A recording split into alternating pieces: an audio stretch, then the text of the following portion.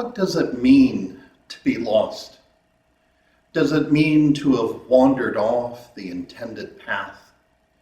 Does it mean to have ventured out for a 3-hour boat tour and find oneself on a 3-year sitcom on a deserted island? Does it mean to no longer be in touch with the core of one's own being, so that you question who you are? Does it mean that you live with fear that you might never be found? I've told my story of the lost sheep before because it's the only one that I've been personally involved in. It was dark at the B&B that we were staying at. The power had gone out, and in the middle of the night, all we could hear was this one lamb bleating, calling out all night long, looking to be reunited with the rest of the flock. And it being modern times and on one of the Isles of Scotland, there was no shepherd out searching for the lamb. No one looking to bring it back to the flock. No matter how much I prayed that someone would find that lamb and take it back to the flock so that the bleating would end and we could sleep, it just didn't happen.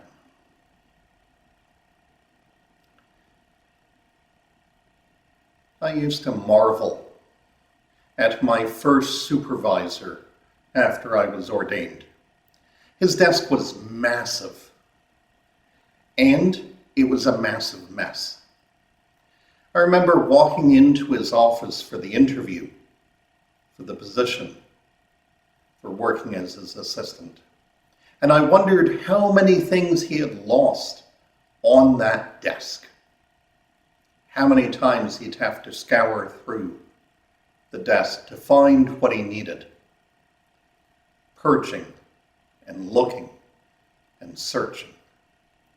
Only later did I become to know and appreciate that he knew where everything was on that desk. I don't know how, but somehow, not only was he the type of person who kept track of where everything was, he also kept track of people incredibly well. An incredibly gifted, pastoral, shepherding soul, even though it looked like a horrendous mess to me. It is this lost son story, though, that we have in today's gospel reading that I struggle with the most. Why? Because the question that pops up into my mind is, who gets to decide that the son is lost?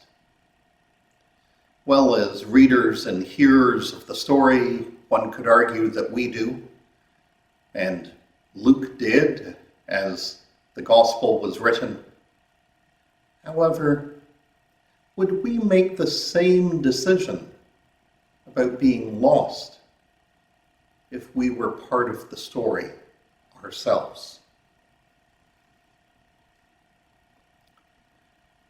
This story is so often told that we begin to hear the parts of it that stick in our memory more than anything else. If I were to ask you, at what point does the son realize that he might be lost? You might be surprised. I imagine it's in verse 17, where Luke writes, "But when he came to himself, he said, 'How many of my father's hired hands have bread enough and to spare, and here I am, dying of hunger.'" That's the moment that I think that he's discovered he's lost himself, that he's realized it. However, when does Luke want us to realize that? When would Luke have us identify that the son has lost his way?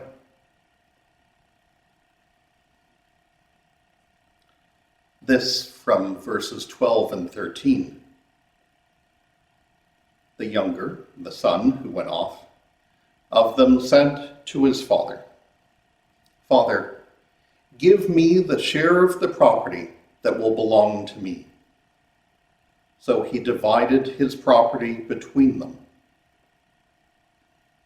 A few days later, the son gathered all that he had and traveled to a distant country, where he squandered his property with dissolute living. I think many of us would identify that the son has lost his way at that point. However, I'm not sure that the son would feel that he lost his way at that point.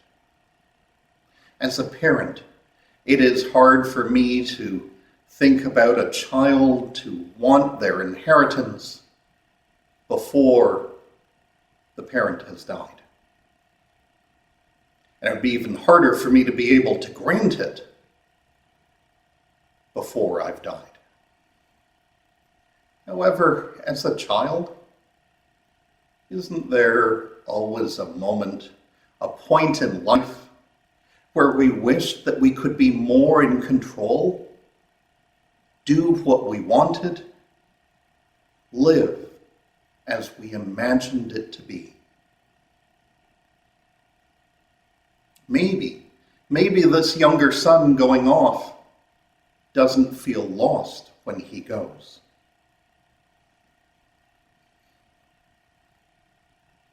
And as I dwell with this story, I often call to mind the fact that the father had other choices when the son finally returned.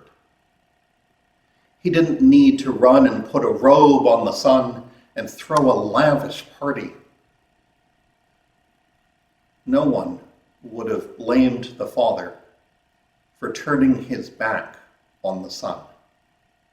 He could have scolded the son for living as he did, and he could have barred him from coming back into the house. How often have we heard stories of parents who have done that? Parents who have been so hurt or ashamed by the actions of their children that they've cut them out of their own lives. And while we, as detached observers, might at times think that is harsh, we also know deeply that love isn't easy. And sometimes really tough decisions are made. It's not our place to judge.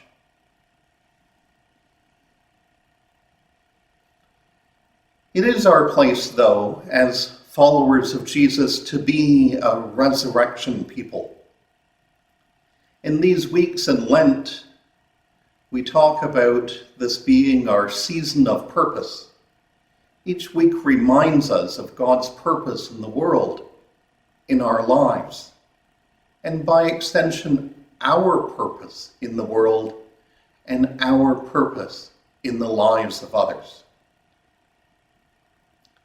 At the end of today's reading, we hear that the lost and found portions of all three of these stories get converted into a theological language.